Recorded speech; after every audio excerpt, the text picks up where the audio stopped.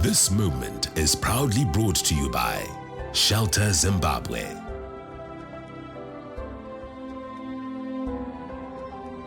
Shelter Zimbabwe. We nurture our society. Pleasant day, viewers, and welcome to this episode of Real Estate Matters, brought to you by Shelter Zimbabwe, your partner in real estate developments. With us today is Mr. Kura Chihota. He's not a new face on the show. Not at all, not at all. Oh. Thank you very much for the opportunity to be back here, but you didn't introduce yourself. I did that intentionally because I thought you could be introducing me. Because I'm the new face.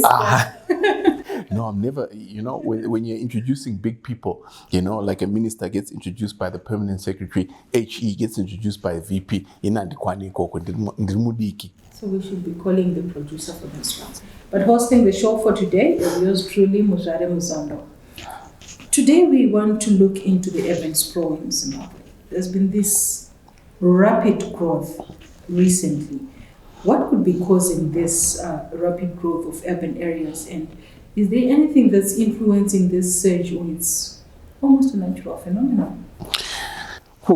So nature, when we're talking about human geography, there'll be very, very different elements to it. We can talk on the physical space. So as Zimbabweans, we are increasingly urbanizing, and we're coming into the bright lights of Doroba. So that puts pressure on existing infrastructure. When you have the kind of structure that we have currently, where to access housing, we don't readily have mortgages. So munu arutenga stand or bit by bit, he saves or tenga dinner, he saves or kanda cottage, he saves or a main house like that. The opportunity for that to happen needs to be on land that is sourced as cheap as possible. So for you to get an infill stand ko township, or to get something kuma suburb, it's going to cost you more money. The cheaper land tends to be on the periphery of the city. So when those numbers come together, then you get a number of people and you have effective demand where people can afford to pay, maybe sometimes not pay. Some people just occupy, and then later they get, regularized. But the demand is for as low cost a product as possible for them to start on getting on the housing ladder. So that is a social response from people moving into town. The economic response is that access to the opportunities in a new greenfield site, probably and sadly, not by the likes of Shelter Zimbabwe as responsible developers, but other people take shortcuts. They have a farm, they have an offer letter, and they just cut it up, and their advertising stands at silly $1 per square meter rates. But akuna ma road, akuna mvura, akuna sewer, and people out of desperation are taking that up. And what is the risk associated with just taking up this piece of land that has not been properly developed? That's a master's thesis all of its own. A good friend of mine, Professor Viruli, down in Cape Town in South Africa, he has the European model versus the African model. The African model is you take possession of this thing, then you start building, and then at the end you regularize.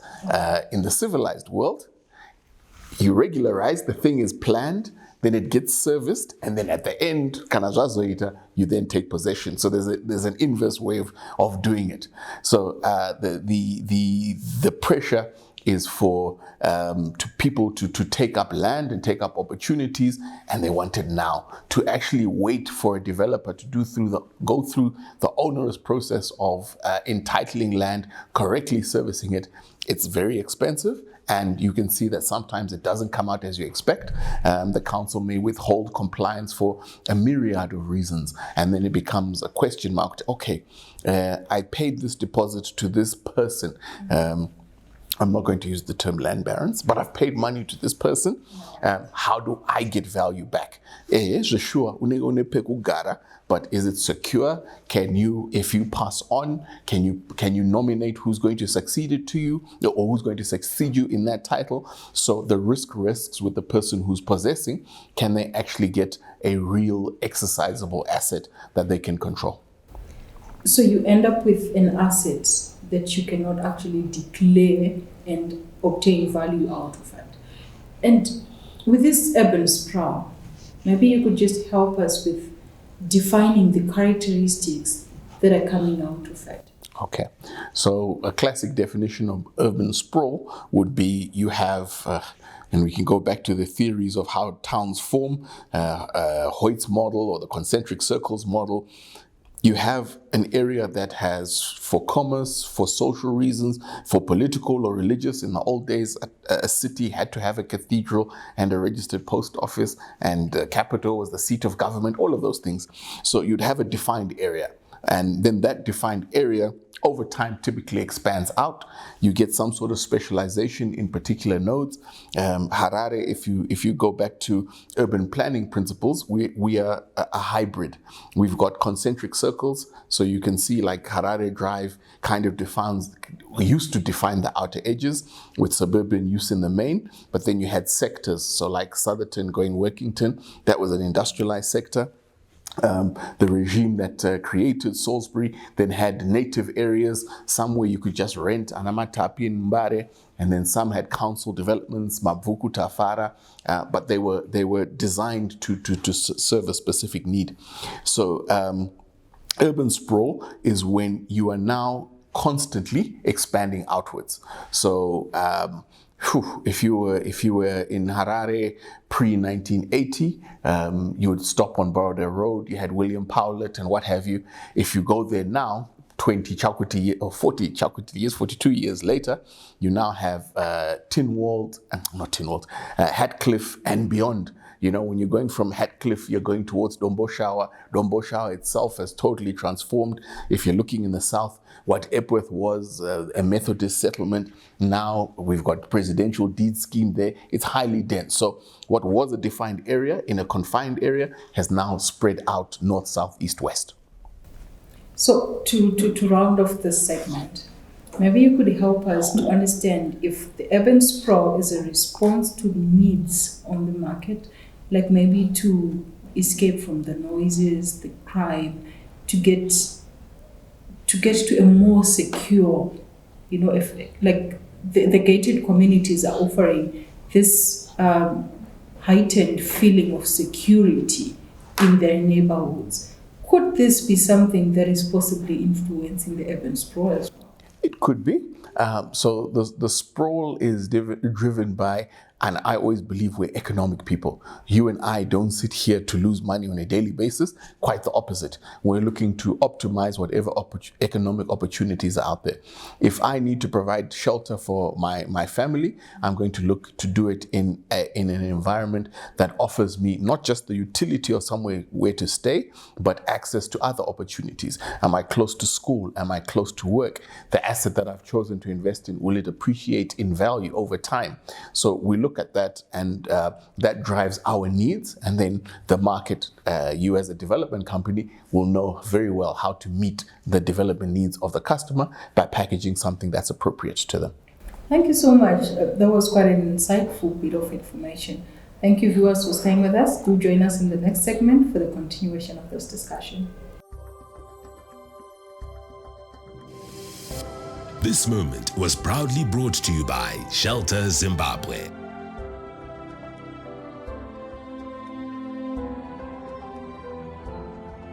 Shelter Zimbabwe. We nurture our society.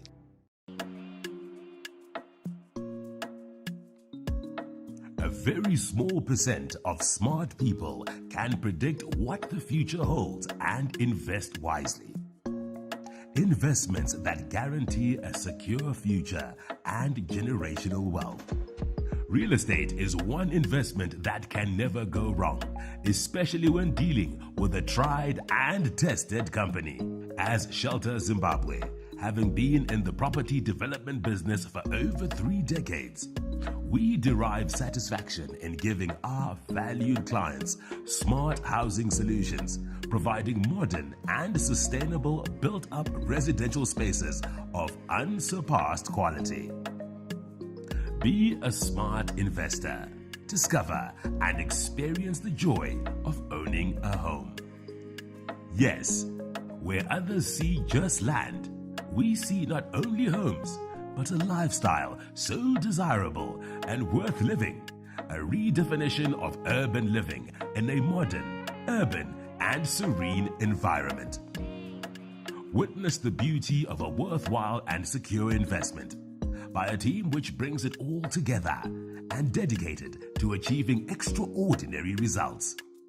With us, you can get a service stand where you can build your dream home to suit your unique taste and style, as we offer an assortment of high, medium, and low density housing options. We are there to create endless possibilities. Our ultimate desire being to build homes specifically designed with you in mind, to give you the luxury and comfort you deserve. With 1-bedroom apartments for young professionals, 2-bedroom apartments for growing families, and spacious 3-bedroom apartments with ample space for maximum expression. At Shelter Zimbabwe, your dream home is just a step away.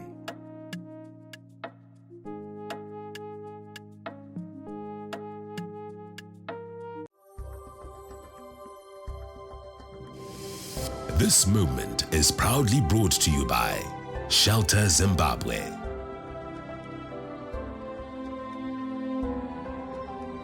Shelter Zimbabwe. We nurture our society. Thank you for staying tuned and welcome back to Real Estate Matters, brought to you by Shelter Zimbabwe, your trusted partner in land development and construction. Hosting you today is Muzvare Muzondo, and we're joined by Mr. Kura Chihota. So, in continuing our discussion, sir, is it new areas being affected or influenced by this rapid growth, or even older settlements are also feeling the pinch, but maybe in a different kind of way? Sure. So let's separate the two. When a developer wants to do a scheme, there's a certain scale that makes sense. So if you're doing 1,000, 2,000 stands, you're not going to find that kind of land sitting in the middle of Borodale. So you're going to find it on a major arterial, be it Bulawayo Road, Mutare Road, and that contributes because you're trying to do, with your limited capital, you're trying to get as dense a denser settlement as possible so that you can receive revenue per square meter that makes sense, because the cost of a pipe or pulling water or donza magets or what have you is significant. So you will find that the peripheries, the urban, the edges of the urban areas are seeing much demand. But that's not excluding the second category, where you've now got the expansion of, and I know you guys are in Marondera, Melfort, Rusape, Masvingo, all of them are experiencing this need where people are moving a little bit out of town to get access to land, because developers are doing things at a certain size, and that size is not found in existing built-up areas, so they have to go to where their land is available, and that's typically outside existing boundaries. So, having gone so much into this rapid growth, could there be benefits that a state, a nation, or maybe individuals can accrue out of this, but mostly on a larger scale? Would hope so. We are an expensive destination. To do anything in the built environment is expensive in Zimbabwe. All right. So mathematically, quite simply, the bigger the number you spread the costs over, in theory, the cheaper the unit cost should be. So if we can do things at a 10,000 scale, we should be able to deliver a stand at a per stand cost cheaper than doing 100, because by the time we've done an endowment with the council, by the time we've put in a ZESA transformer, by the time we've done trunk sewer, the only thing that makes that cost make sense is pushing a lot of volume. All right. And on the downside? On the downside, land use is always contentious. As Mark Twain said, there's not any more land being made. It's a finite commodity, but it has multiple uses. We grow our food, we look after our cows and our chickens. When you're flying into Harare, you see how the land use changes. You can see the areas that still have chicken farms, but even Ikoko, you're now seeing my roads are kukatwa and settlements are now coming in. So there's a competition for the ground. There's some things we can't replicate. We're not yet at a scale and capital availability for us to consider hydroponic farming. So the farming that we do, that whole value chain that trades through Muzvare, needs to grow things on the ground. And with commodities, especially perishable commodities, they need to be near the center of distribution. So growing tomatoes, cabbages, onions, and all the rest of it, it's useful to have a market garden no more than 50 kilometers outside of your bigger markets, be that Harare, Bulawayo, or Mutare. So if we are taking farmland and converting it to residential use, then we now have a competition. It's going to eventually affect all of us, because the tomato farmer, sure, he might have sold his farm closer to town and then he's moved out further away, but the end cost is going to be a societal cost to us, because his unit cost of delivery now has 100 kilometers of transport when it used to be just a shorter ride into town. So we'll have competition for the ground, and I'm grateful that the Honorable Minister Garwe has pushed through the policy that he doesn't want to unduly stress that. And where there is state land considered for housing development, he is saying, look, let's not go outwards, let's go upwards. Okay. So it's national housing policy that where state land is availed for residential development, 40% of that land area will be reserved for multi-story apartments. So he's trying to take the pressure of going outwards by saying, look, let's densify. Let's make use of the space that we've got going up to take some of that pressure that's pushing us into farmland and pushing us further and further out in the city. How attainable is this now structure that we're having, where we're saying instead of building outward, let's just go upwards? So there will be two market responses to it. Firstly, you see the clustification of Harare. Newlands has probably 447 planned units so far that are supposed to come in there. You can go to Marlborough, Mount Pleasant, Venona, repeat the story. So there's a market response to saying, let's do this better. There's a particular example in Venona, which is doing 80 units, and I think just over a little more than a hectare. So these are new densities that we're not used to seeing. So there's an immediate commercial market-led response to say we can provide product at a lower cost by putting many units on the same piece of ground. And then alternatively, we now have the state wishing to see more effective land use, and that's promoting intense use on land. You can see the joint venture, but led under the IDBZ, doing student accommodation next to NUST. They've gone up. If you look at the blocks of flats that the government has provided, like in Willowvale, that's gone up. If you go to the area Adumbare, again IDBZ, they've done flats there that are going up. So there's a policy-led decision for you to show that there is demand and utility by going 3 or 4 stories up, and it is working, and there's uptake of that product. But I'm going to come back to that part where you mentioned the chickens and the tomatoes, because I feel somehow the urban sprawl has a direct relationship with agriculture and our economy as a country, because somehow we rely, almost heavily on agriculture, especially for our locally produced food. But I'm going to come back to that in the next segment when we look into the relationship. Now what I need to understand is, we are now speaking into somewhat commercial real estate when we are saying let's go up, because this is no longer something that an individual can do as an individual, considering the current economic standpoint that we're at. This is something that now needs corporates and bigger players, or maybe a few individuals can carry out the task.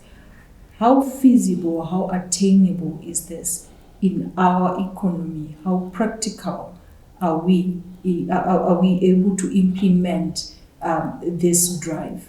Yeah, ipapo manje. So the market has responded in two ways. The private developers, if you go into the Harare CBD, I can think of 3 high-rise construction projects. So if you're going high-rise construction projects, or you look at West Prop in Borrowdale doing Millennium Heights, they started with 2, they've gone 3, 4, and now going to penthouses. So if you're going premium, you can price for it. You're going to be selling views, you're going to be selling utility, you're going to be selling exclusivity. And there's a market that wants and needs that, and then makes it make sense and be affordable. So that is, call it the premium response to the market. The second one, I think, is more on the affordable basis, where you're going to make the argument that we can deliver more units on a given piece of land at a reasonable cost structure.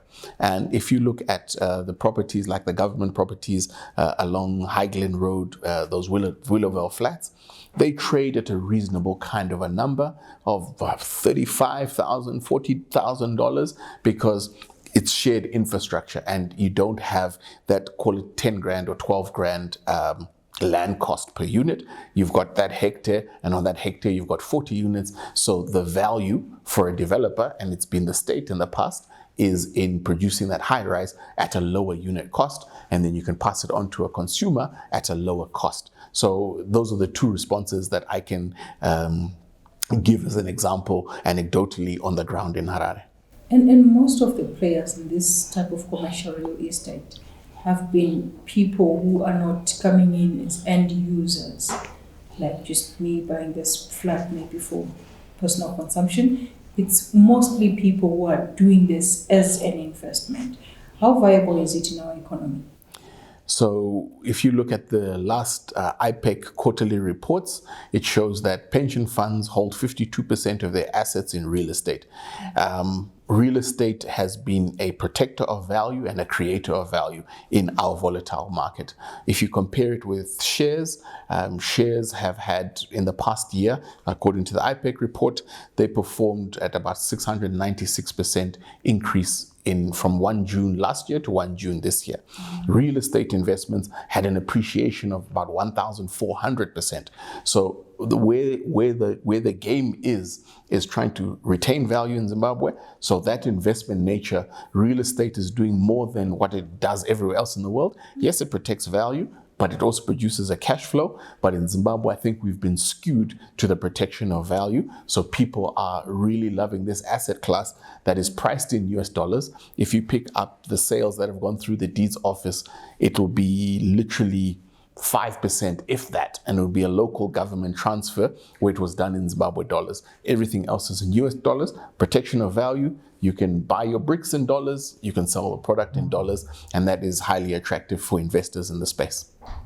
Thank you very much. It's always a very good thing sitting down with a person who will be giving you all the facts and figures in a way that you understand them. My esteemed colleagues used to call it the ice cream vendor's language. Thank you very much, viewers, for joining us. Please continue to stay with us. Stay tuned. This moment was proudly brought to you by Shelter Zimbabwe.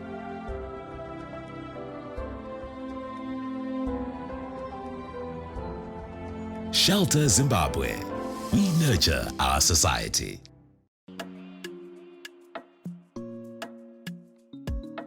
A very small percent of smart people can predict what the future holds and invest wisely. Investments that guarantee a secure future and generational wealth. Real estate is one investment that can never go wrong, especially when dealing with a tried and tested company. As Shelter Zimbabwe, having been in the property development business for over 3 decades, we derive satisfaction in giving our valued clients smart housing solutions, providing modern and sustainable built-up residential spaces of unsurpassed quality. Be a smart investor. Discover and experience the joy of owning a home. Yes, where others see just land, we see not only homes, but a lifestyle so desirable and worth living a redefinition of urban living in a modern, urban, and serene environment. Witness the beauty of a worthwhile and secure investment by a team which brings it all together and dedicated to achieving extraordinary results. With us, you can get a service stand where you can build your dream home to suit your unique taste and style, as we offer an assortment of high, medium, and low density housing options. We are there to create endless possibilities.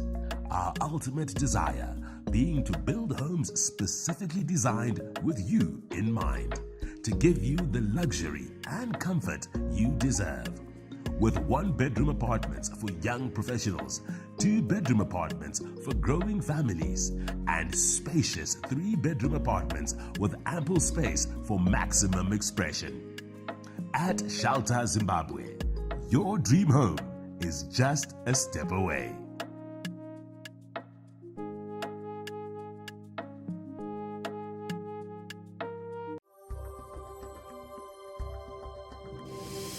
This movement is proudly brought to you by Shelter Zimbabwe.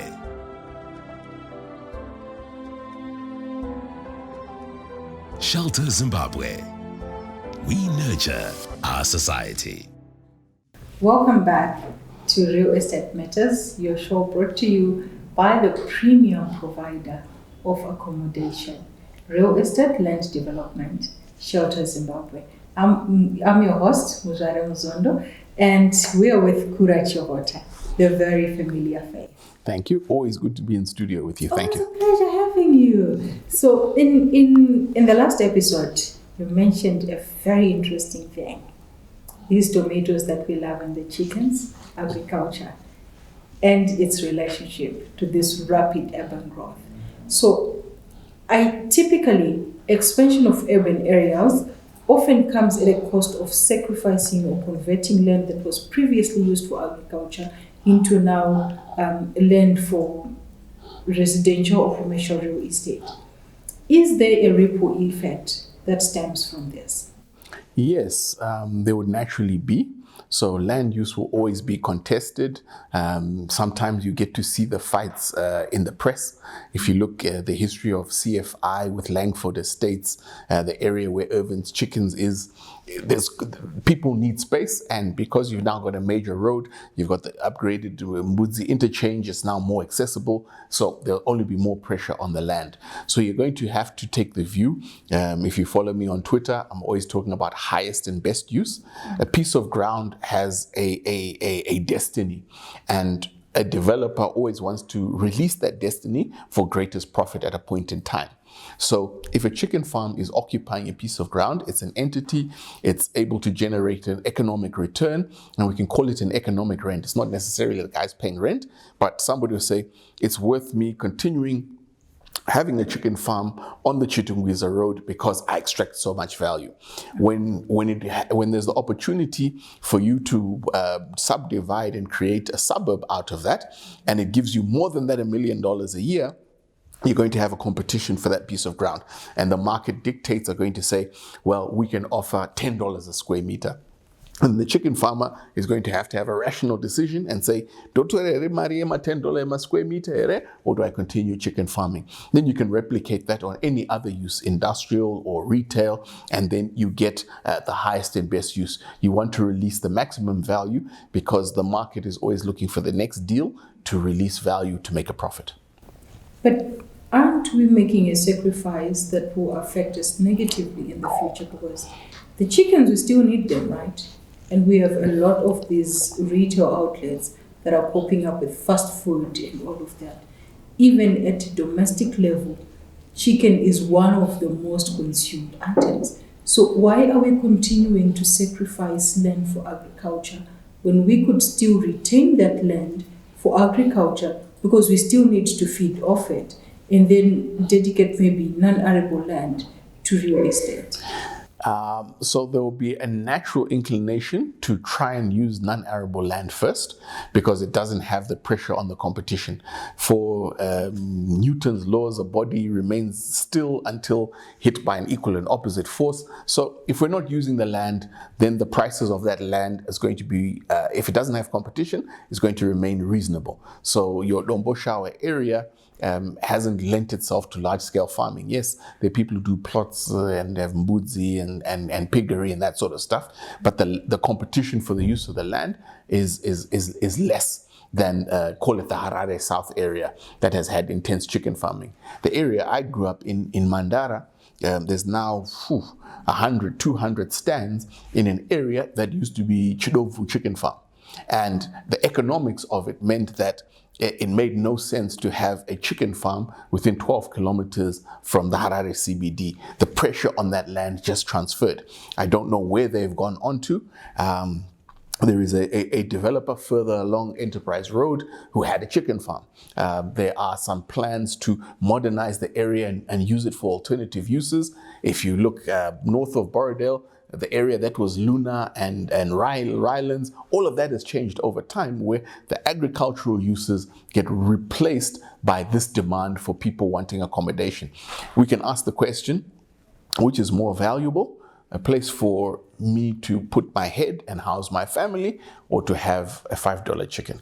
Because I think from an economic rationale point of view, I'm going to want to minimize my bigger cost, where affordable housing, and then pay $5.50 for the chicken because it's being transported from further. So there'll be a displacement of that agricultural use by shorter term commercial interests. So if we have this displacement, and we now have our farms located in non-arable spaces, because there is less competition there, aren't we then stifling our economy in reverse? Because we're then affecting one of the major drivers of the economy just to benefit residential spaces. I hear you on that. Now we're getting into a public sector policy versus private sector profit motive. I'm one of the last people to advocate for general state intervention, but there'll need to be some sort of intervention to say, look, let's have when you're planning a city, let's have an agricultural corridor. Let us preserve this as a land use. If we can do it for botanical gardens, we can do it for schools, we can do it for green areas.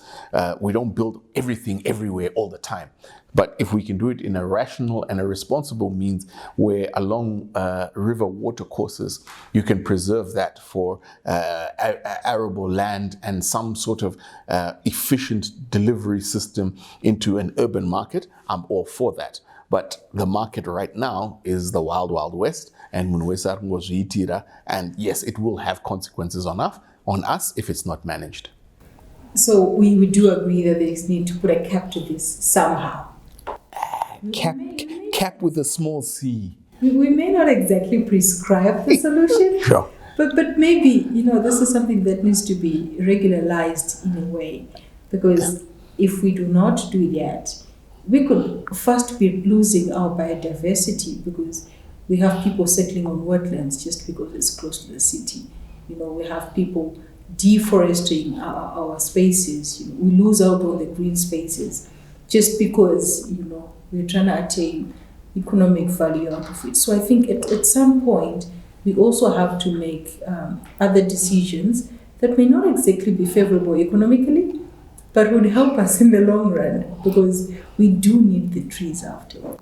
All right. And all of the spaces. So when the SI comes out dictating that, I'm going to phone you and say, look what you did, when somebody can't do a development because it's now in an agricultural zone. I'll put the blame on you and on this program.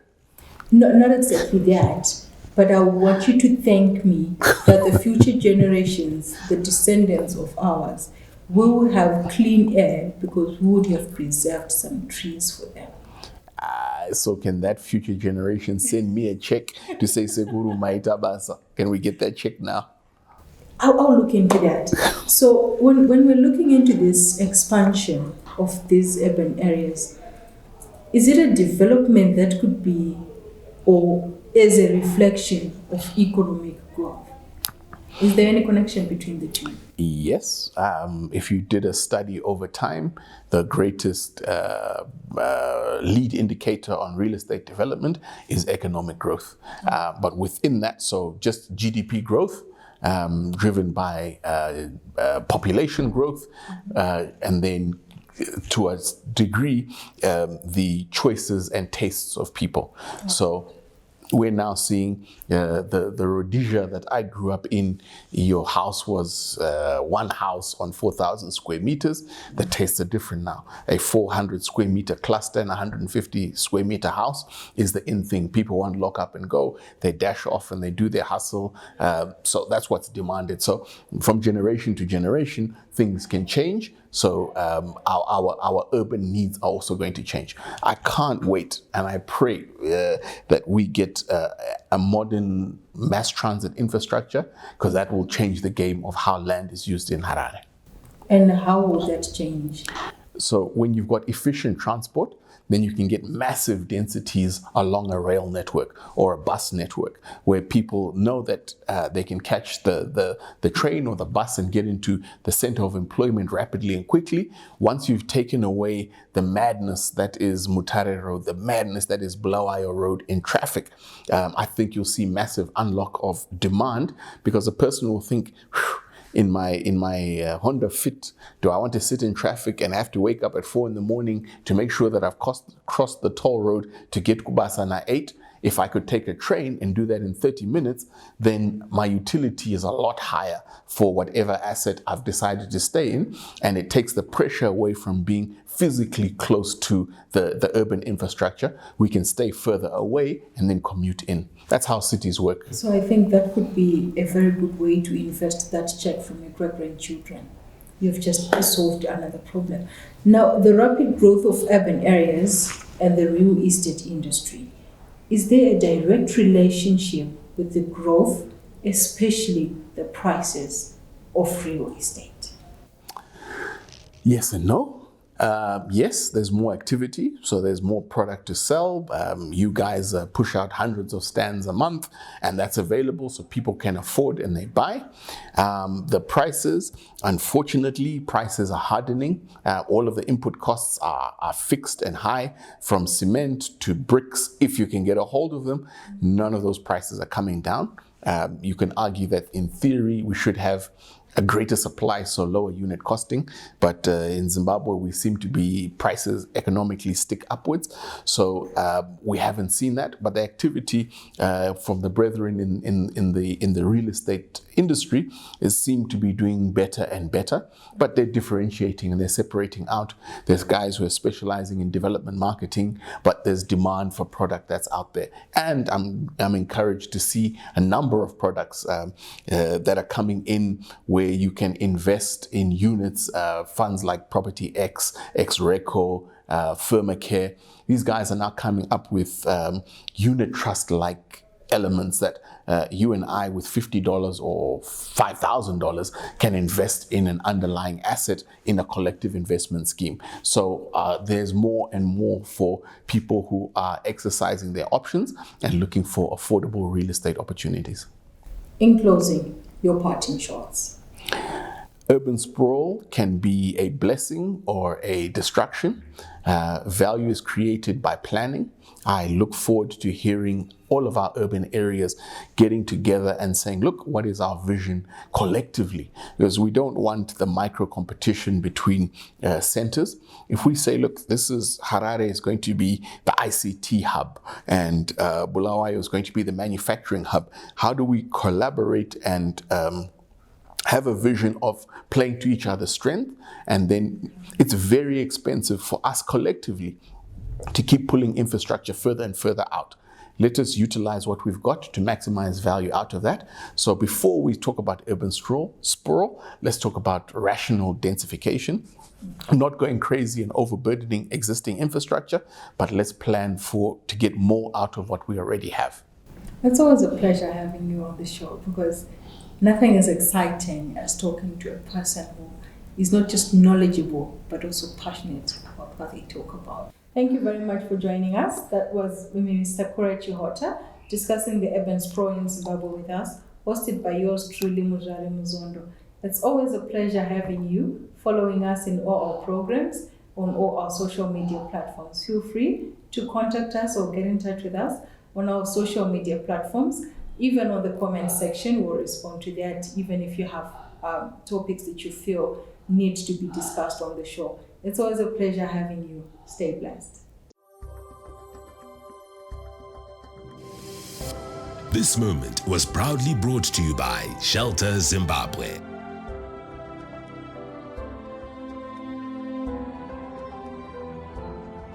Shelter Zimbabwe. We nurture our society.